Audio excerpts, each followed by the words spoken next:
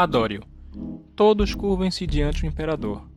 Pela sua graça concedida na terra, louvai aos céus. A história começa citando alguém absoluto nesse universo, o imperador. Ela se passa numa época medieval e de muitas guerras. Um dos membros de uma facção comandada diretamente pelo imperador, conhecida como a Força-Tarefa das Missões Especiais, lutava contra inúmeros soldados sozinho. Eles tinham apenas um objetivo: proteger o imperador daquela nação. Então nosso protagonista se revela, Yan, o líder da Força-Tarefa das Missões Especiais. Ele iria acabar com a vida daquele imperador, com as próprias mãos. Os soldados que ele havia batido se rastejavam no chão e pediam para que ele acabasse com a vida dele, ao mesmo tempo que eles sussurravam sobre matar e adorar. Eles pareciam estar sendo controlados pelo imperador de alguma forma. Então nosso prota se pergunta, nem mesmo a morte iria libertá-los de serem marionetes do imperador. Então vários monstros começam a se fundir, fazendo surgir um monstro muito mais forte. A cena muda para dentro do castelo. Um homem pergunta para uma fada se ela estaria preocupada com a barulheira lá fora, mas diz que aquilo não era motivo de preocupação, já que logo acabaria com tudo. Era o imperador Leon Kavalan. Ele dizia que não conseguia entender como um soldado que era o mais leal entre todos poderia estar traindo seu imperador. E segue dizendo quantos anos tinha se passado desde que ele se tornou um capitão.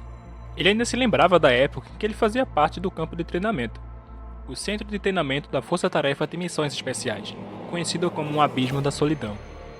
Foi lá que ele levou seu cargo de um mero escravo soldado para um capitão. Ele conquistou tudo o que queria com suas próprias mãos nuas, então como ele poderia estar insatisfeito com tudo aquilo? Yan finalmente responde. Satisfeito? Ele realmente havia conseguido tudo o que desejava? Ele mexeu com sua mente, implantou um inseto dentro da sua cabeça e fez com que ele se esquecesse da sua família e até mesmo a sua identidade. Ele simplesmente perdeu tudo. O imperador agarra aquela fadinha que estava na sua frente, e quando o prota ia dizer como a vida dele era um lixo, o imperador a engole. Ele recita um encantamento e faz com que sua espada atravesse o peito do capitão, fazendo com que ele perdesse sua vida. Ela foi tão rápida que o capitão não conseguiu reagir. Não percebeu quando o imperador conseguiu fazer aquilo. O imperador diz que não sabia como ele tinha conseguido encontrar o inseto, mas que era uma pena. Ele era o seu brinquedinho favorito.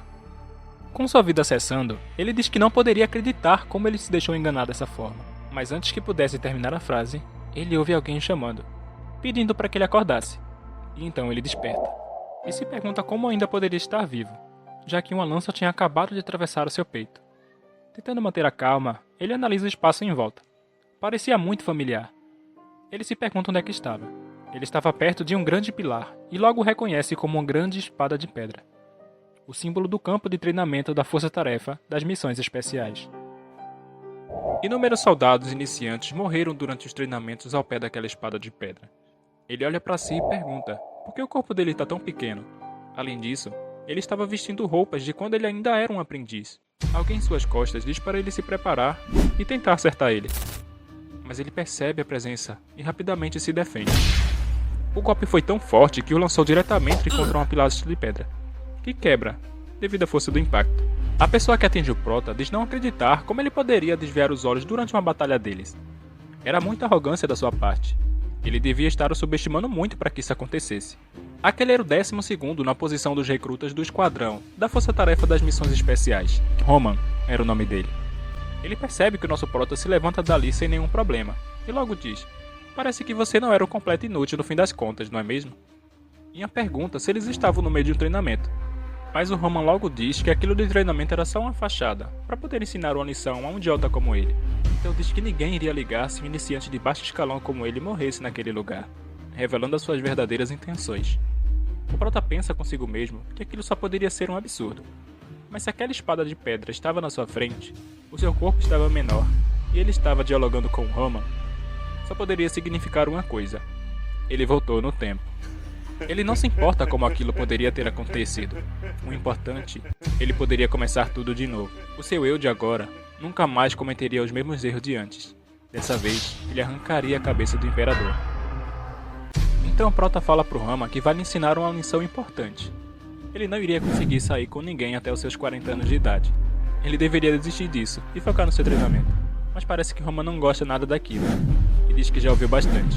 Agora ele avança em direção do Prota, mas graças a toda a sua experiência de batalha, ele diz que o soco dele era muito lento e patético. Roman fica furioso, obviamente. Então utiliza uma de suas técnicas, Coração das Trevas, 7ª técnica, Agitação Feroz. Ian diz que não foi nada mal aquela técnica, e dá um conselho a Roman. Se ele planejasse atacar um oponente, ele teria que diminuir a distância entre eles primeiro. O Prota utiliza a mesma técnica que ele, mas é um pouco diferente. Seu nome era Soco de 1 polegada. O soco acerta em cheio e faz um grande barulho. Roman não podia acreditar naquilo. Como um simples soldado, sabia uma técnica ensinada apenas a integrantes de rank médio. Ian finaliza o conselho, dizendo que, por último, não perdesse tempo após acertar um golpe limpo no oponente. Antes que ele fosse terminar o que começou, um pingente cai do seu bolso, chamando sua atenção. Ian diz que Roman teve sorte por aquilo. Então ele se pergunta, o que poderia estar naquele pingente? Então abre. Era uma foto antiga que tinha um homem, uma mulher e uma criança. Ele não reconhecia aquelas faces, de nenhum lugar, mas podia sentir. Aquela era sua família. Então ele chora por isso. Memórias, amor e família. Aquelas eram palavras que ele tinha esquecido nos últimos 30 anos da sua vida, e agora todas elas estariam de volta. Algo que ele não conseguiu obter nem mesmo depois de destruir uma cidade da capital. Não conseguiu reivindicar, mesmo depois de acabar com todos aqueles soldados. Mas agora tudo aquilo estava na palma da sua mão. Ele quase tinha cometido esse erro mais uma vez. Não seria bom negócio perder sua vida por algo tão trivial como vingança. Ele vai escapar daquele lugar não importa como, e recuperar a sua vida e sua família. Então pessoal, gostaram do vídeo? Nós já estamos produzindo os próximos capítulos dessa obra. Em breve nós teremos um vídeo longo sobre ela. Ela é uma obra inglesa, tá? Então espero ter sido a primeira pessoa a postar sobre ela. Deixem aí embaixo nos comentários o que vocês acharam do vídeo. Eu espero ver vocês em breve. Muito obrigado por terem assistido até aqui e até a próxima.